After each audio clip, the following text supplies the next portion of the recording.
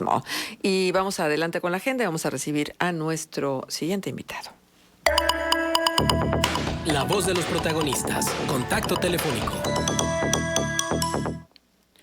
Así es, recibimos a Antonio Atolini Murra, que hoy sí que vamos a platicar con él, sobre pues las aspiraciones y sobre las candidaturas y sobre el momento electoral que está viviendo el país, donde él pues es uno de los jóvenes que más participación ha venido teniendo. Y yo creo que sería muy bueno, Antonio, si nos lo permites, hacer un recorrido sobre lo que ha sido tu trayectoria y cómo es que has venido pues haciendo agenda dentro del país y siendo muchas de las veces muy criticado y otras de las veces muy aplaudido. Gracias por estar con nosotros en Contextos. Arturo González, Manuel Cerratos, Marcela Pámanes, saludamos. ¿Cómo estás, Marcela? A todos los compañeros de la cabina, un saludo a ti, muy afectuoso, y a toda la gente linda de La Laguna, va a sus órdenes. Muchas gracias. Yo soy 132, tendríamos que recordarlo. ¿Cómo fue esto? Porque finalmente ahí empieza, de alguna manera, tu vida pública. Claro, miren, nada más pongamos también en contexto, porque luego la gente me ve en la calle o las fotos y asume que tengo más edad de la que tengo. Yo sé que me han corrido por terracería, pero yo soy 132, yo tenía 21 años. Yo estaba estudiando en la universidad, estaba en octavo semestre de la universidad, estudié Ciencia Política y Relaciones Internacionales en la Ciudad de México, en el ITAM, y en ese verano del 2012 fue que nos activamos un grupo de compañeros en muchas universidades, principalmente en la Ciudad de México, pero después en todo el país, para hacer eco y resonar y acompañar la crítica que había surgido en la Ibero en contra del entonces candidato a la presidencia, Enrique Peña Nieto. Esto fue en mayo de 2012 y acompañamos todo el proceso, y durante además tiempo después de la elección también estuvimos organizados, y básicamente lo que tratábamos de hacer era denunciar que había un pacto, un contubernio, una relación mafiosa, amañada, oculta de los grupos mediáticos corporativos para favorecer a un candidato en ese momento. Y después el tiempo nos terminó dando la razón, y el tiempo no fue mucho tiempo después, porque el día de llegar a las elecciones nos dimos cuenta que el candidato que se asumía estaba dando 16 puntos arriba que Enrique Peña Nieto.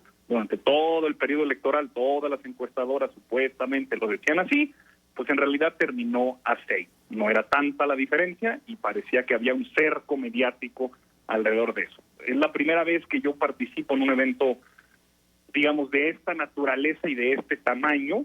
También no había otro, no había habido un movimiento estudiantil nacional tan grande desde hace muchos, muchos años. Quizá algunas personas recordarán y que vivieron en su juventud, y la referencia les hará sentido a ellos, pero sigue siendo muy importante, pues la huelga del 99 en la UNAM. Eso me permitió recorrer el país.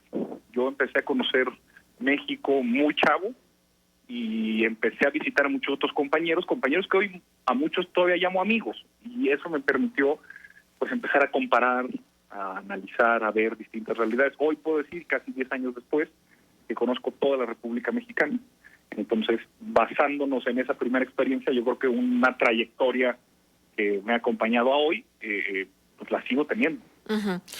¿Cuándo fue que empezaste a apoyar el proyecto de, en ese entonces, quien se perfilaba como candidato, Andrés Manuel López Obrador, y hoy presidente, por supuesto? ¿Qué fue lo que te atrajo del presidente? Déjame te digo como una experiencia personal que creo que además muchas personas podrán sentirse identificadas. Yo de chavo, a los 16 años, mi activación política, 15 años en realidad, mi activación política fue alrededor de este señor que ganaba mucha simpatía, que gobernaba la Ciudad de México, pero que parecía que todos los poderes, tanto formales como no formales, los fácticos, los legales, querían impedir que llegara a la presidencia. Y algo le estaban haciendo para que no llegara, y terminó en un desafuero que llenó el Zócalo con 1 millón de personas y pronunciando un discurso de los más emblemáticos e históricos del entonces jefe de gobierno, Andrés Manuel López Obrador. Ese para mí fue mi activación política. Dije, chinga, ¿qué está pasando? ¿Quién es? ¿Qué sucede?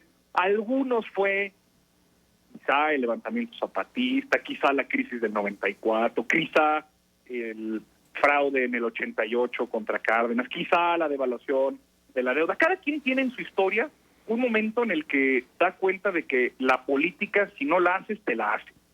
Y en 2005 parecía que no la estaban haciendo en contra de un hombre llamado Andrés Manuel López Obrador, jefe de gobierno. Muy bien. A los 15 años empiezo a participar y durante, digamos, mi tardía adolescencia, yo mantuve siempre una simpatía idealista, de reconocimiento y de mucha emoción alrededor de esta figura. Pero déjame te digo que en 2012, con el movimiento social, con la situación que atravesó al país en donde la presidencia la compró, a mi parecer, y la de muchos otros, un candidato a punta de billetazos, yo quedé muy enojado y muy desesperado, y fui muy crítico de Andrés Manuel. Fui crítico esos años posteriores, yo todavía seguía en la universidad, y fui muy crítico y me sentía muy desesperado, no entendía como para dónde iba, por qué quería otra vez volver a ser candidato, por qué quería otra vez seguir hasta adelante de la organización, por qué no construía algo nuevo. Y entonces es que en 2015, yo estoy hablando, digamos, 2012, 2015, fui muy crítico, realmente no entendía bien esta obsesión por él de mantener siempre control férreo de las cosas y asumir siempre que las cosas habían salido mal y que todos eran responsables menos él. Fui muy crítico. En 2015, 2016, la construcción, y eso es real también, el viraje de lo que Morena, el Movimiento de Regeneración Nacional, tiene, se da cuenta, y muchos lo ven, yo entre ellos incluido, la apertura y el cambio en el discurso. Andrés Manuel en 2016 y todo 2017 hizo una cosa que se llamaban los acuerdos de unidad, en donde lo que buscaba era construir una gran coalición de hombres y mujeres. Él decía que sin importar si eran de izquierda, de derecha, del campo, de la ciudad, religiosos o librepensadores, ricos o pobres, e incluso militantes de otros partidos, lo que era importante en este país era la corrupción, acabar con la impunidad y por eso cambiar el régimen. Un poco ya más sofisticada en mis análisis, mi convicción un poco más desarrollada, empecé a ver que no todo se trataba de mí, que no solamente, que no era yo ni el más único ni el más especial de los seres humanos en la Tierra. Entonces empecé a ver que esta idea de construir algo más grande que nosotros mismos, con un relato que pudiera convencer y movilizar con su firme convicción de que el país podía cambiar y que el problema verdaderamente sí era la corrupción, y en efecto lo creo firmemente, eso me sedujo, me atrajo, conocí a otras personas que había conocido anteriormente y que ya en el paso de los años pues cae un poco de peso de realidad, y en vez de desilusionarnos nos ilusionamos más y vimos que por esta ruta era posible poder poner un cambio sobre el país. Y creo que ese es un elemento fundamental. Podemos estar de acuerdo, podemos no estar de acuerdo, es normal, no todos somos iguales, no todos pensamos igual y no todos tenemos la misma realidad, pero que hubo un cambio, ese es, creo, un elemento innegable de la llegada del presidente López Obrador a como veníamos estando antes. Entonces, ahí más o menos es como mi experiencia alrededor del presidente, de Morena y de la política. Naciste en Torreón. ¿Fue circunstancial porque realmente tu vida la has hecho fuera de Torreón? Bueno, no. Yo nazco en Torreón el 11 de junio de 1990. Yo vivo plenamente en Torreón hasta 1999. Curiosamente, gobernando la misma persona que gobernaba en 1999, ahora que regreso de planta a Torreón, esa misma persona sigue gobernando, que era el alcalde Jorge Cermeño, para que veas cómo hay muchas cosas que parece que no cambian en Torreón. Sin embargo, mis papás viven allá hace ya alrededor de 6 años, mi mamá, mi papá y mi hermano, toda la familia de mi mamá, a la que frecuento y quiero a mis primos como si fueran mis hermanos, desde que yo dejé Torreón, un momento muy doloroso de mi vida. La verdad es que no lo hacemos por gusto, no lo hacemos pensando que, es decir, no era un plan, no lo queríamos hacer. Yo estaba en cuarto primaria y las condiciones familiares económicas no eran las más adecuadas, las más óptimas, y tuvimos que salir de la ciudad buscando trabajo. Mi papá es instructor de equitación, mi mamá es una honrosísima y muy querida ama de casas, dio clases mucho tiempo y decidió dedicarse plenamente a la crianza de mi hermano y de mí.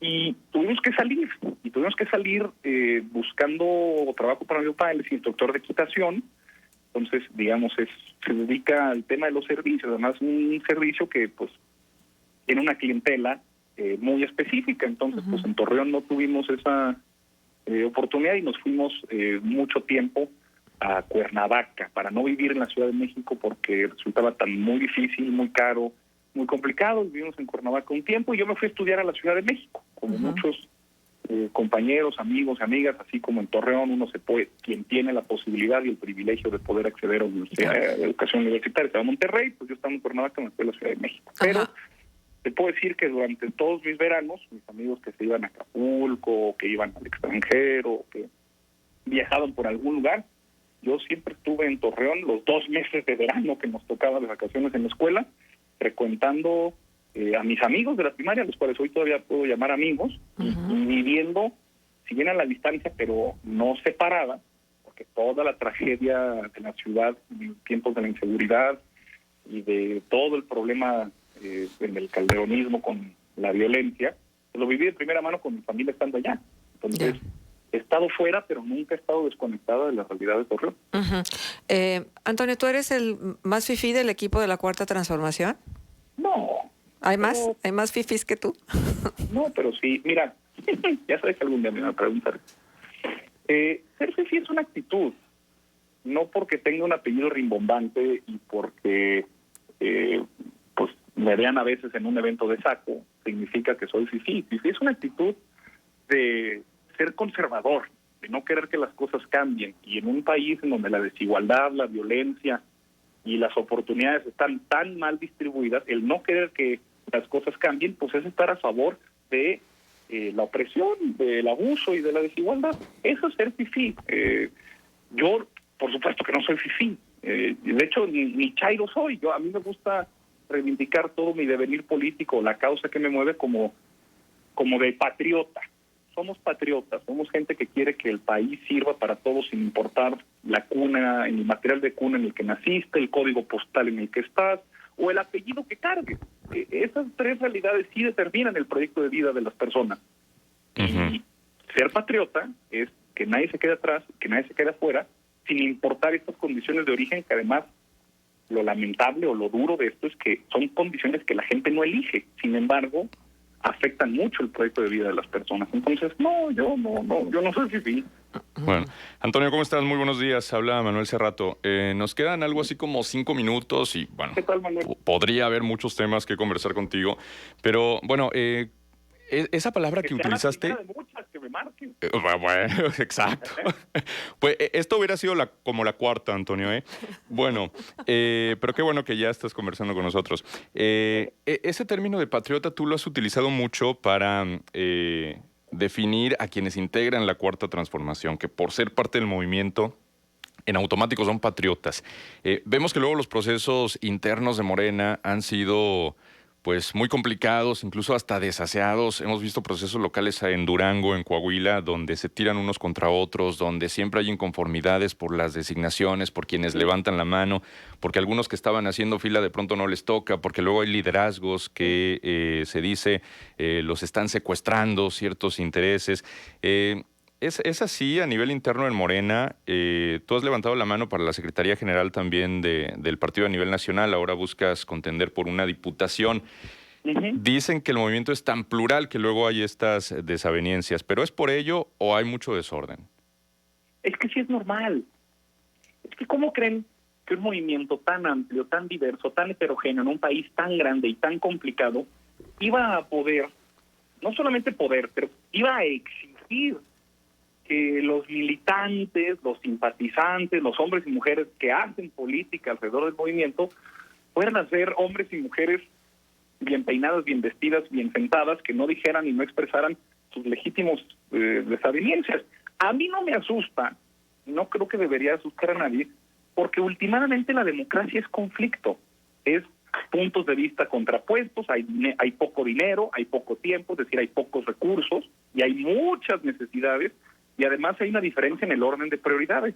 Es normal. Yo estoy seguro, pero seguro, que las mismas desavenencias, pero ahí sí, con otro tipo de intereses y con otro tipo de motivaciones, suceden en los distintos partidos del viejo régimen, en el PAN, en el PRI o en el PRD.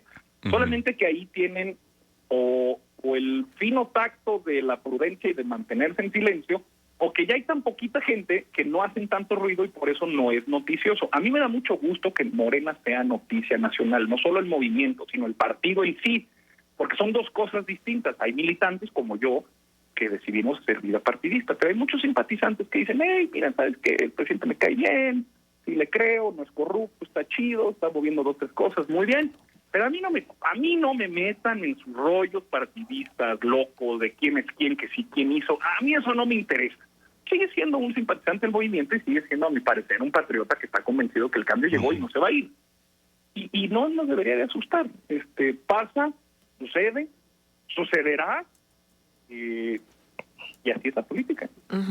Vamos a hacer una pausa comercial para regresar con esta conversación porque tenemos muchas preguntas todavía para ti, Antonio, y no queremos desaprovechar la oportunidad. Estoy listo. ¿Nos Sí, permites? sí. Bueno, vamos a la Claro que pausa y Arturo González arrancará en esta segunda parte de la conversación con cuestionamientos para ti. Vamos a la pausa.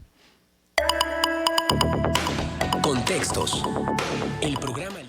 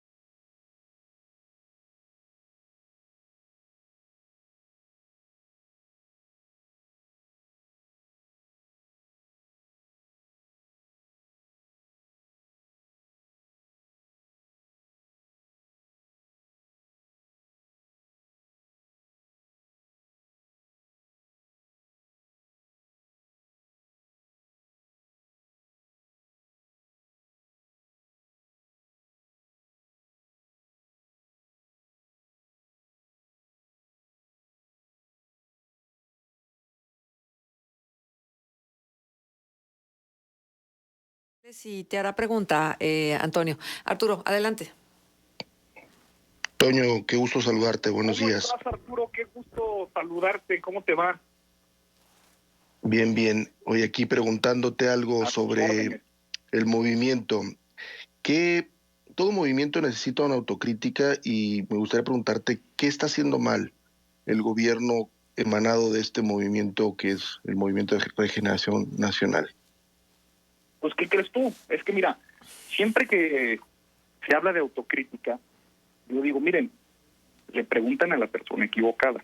¿Por qué? No porque seamos unos ciegos fanáticos irracionales, sino porque, por lo menos yo, en la campaña de 2018 y en los años en los que ha sido el gobierno, pues he estado muy, muy cerca. Yo incluso trabajé en una institución federal, trabajé en el IMSS, fui vocero de la campaña del presidente López Obrador en 2018, conozco de pie a pa de las propuestas. Entonces, a mí muchas de las cosas que el presidente presenta, yo digo siempre a manera de provocación que el presidente es perfecto en la medida en la que él presenta o hace o actúa lo que nos prometió que iba a hacer, actuar y promover. Entonces, hay muchas cosas que no han salido bien, normal, hay una pandemia que nadie planeaba, hay una presión fiscal tremenda, los ingresos están disminuyendo, pues sí, por lo mismo de que la pandemia paró la planta productiva y un shock de oferta y de demanda, en fin, lo que ya sabemos y que está sucediendo a nivel internacional. Pero a mí el movimiento me sigue convenciendo la manera en la que el presidente presenta, enfrenta y ordena las prioridades de su gobierno. Entonces, quizás sería mejor preguntarme sobre algún tema en particular, donde quizá haya desavenencias y contradicciones propias de gobernar. Vamos, sí, claro, vamos con el caso que ocupa hoy, digamos, la palestra en general, que es el del general Cienfuegos. Mencionabas en Twitter que te deja un agrio sabor de boca, Claro. y pues aquí creo que hay oportunidad de que nos expliques tu posición respecto a esta exoneración y al respaldo que hace el presidente a la exoneración que hace la Fiscalía y al frente que abre con la DEA, obviamente, al momento de exhibir o decir que Pues se sí, fabricaron o sugerir que se fabricaron pruebas. Pues sí, eso está mal, está chato, está duro, porque además viene a partir de una investigación que presuntamente había estado bien fundada y motivada por parte de la DEA. Envían las pruebas a la Fiscalía y recordemos una cosa fundamental, que ya no es lo mismo que antes. Ya no es PGR, ya es FGR, o sea, ya es Fiscalía, es decir, se mantiene autónoma e independiente del Poder Ejecutivo. Entonces, lo que da la Fiscalía General de la República como cuenta de la investigación y de acuerdo a los peritos en derecho que evaluaron, pues cumplen su papel autónomo de ser garantes de la justicia, o eso parece ser.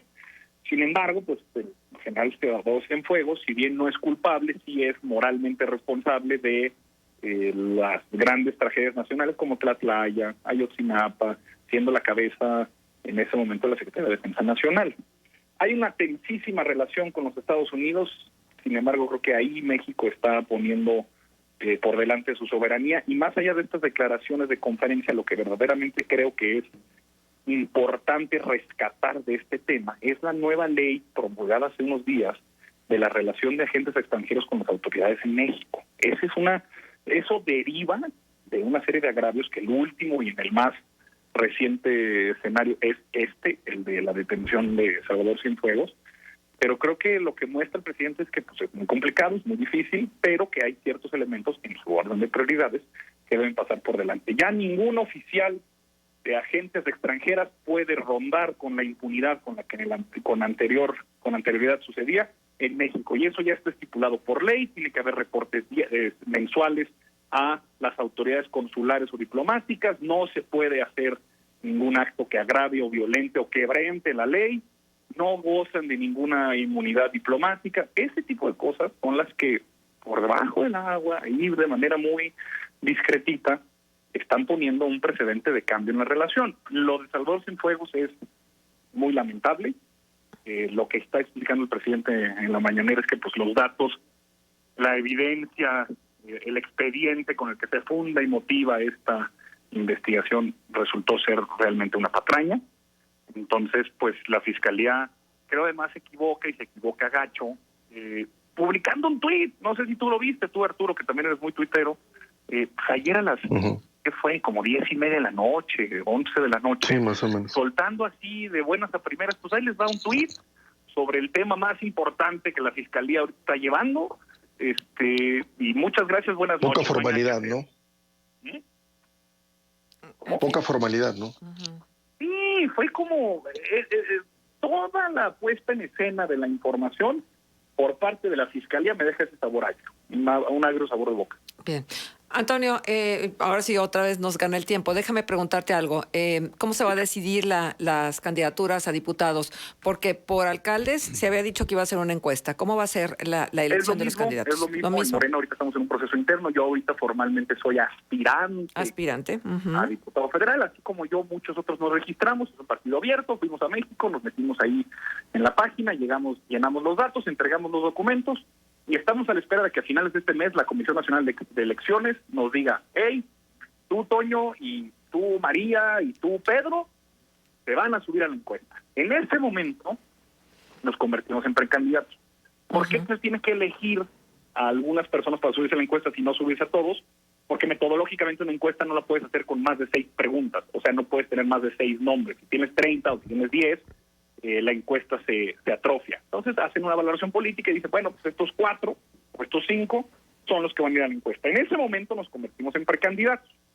Pero 7 días después, es decir, el 7 de febrero, se nos anuncia quién gana la encuesta. No, pues ¿sabes qué? Ganó Chuchito Pérez, Chuchita Pérez, Toña Tolini, quien sea. En ese momento nos convertimos en candidatos, pero además después inicia un largo periodo que se llama la intercampaña, en donde puedes hacer casi nada.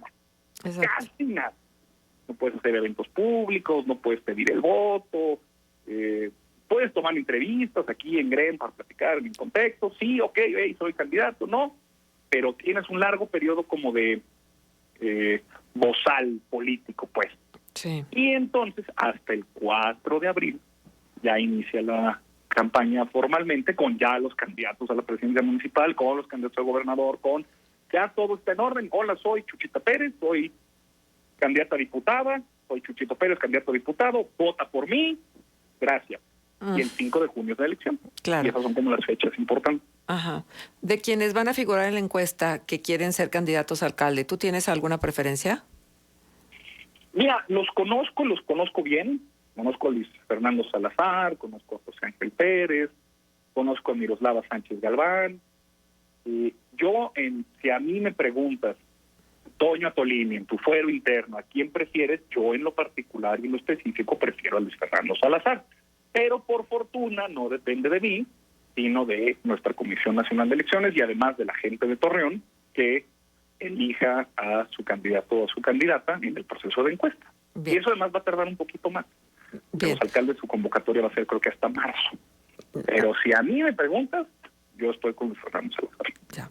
Toño, muchas gracias por estar con nosotros, por la conversación. Qué bueno que hoy sí pudimos estar reunidos Muy en a la torno orden. a los Qué micrófonos de Contextos y bueno, estaremos pendientes de todo lo que ocurra de aquí en adelante con tu Te posible agradezco candidatura. mucho y un saludo a mi tía Hortensia, que seguramente me está escuchando porque le gusta mucho tu programa, mi tía Tenchi.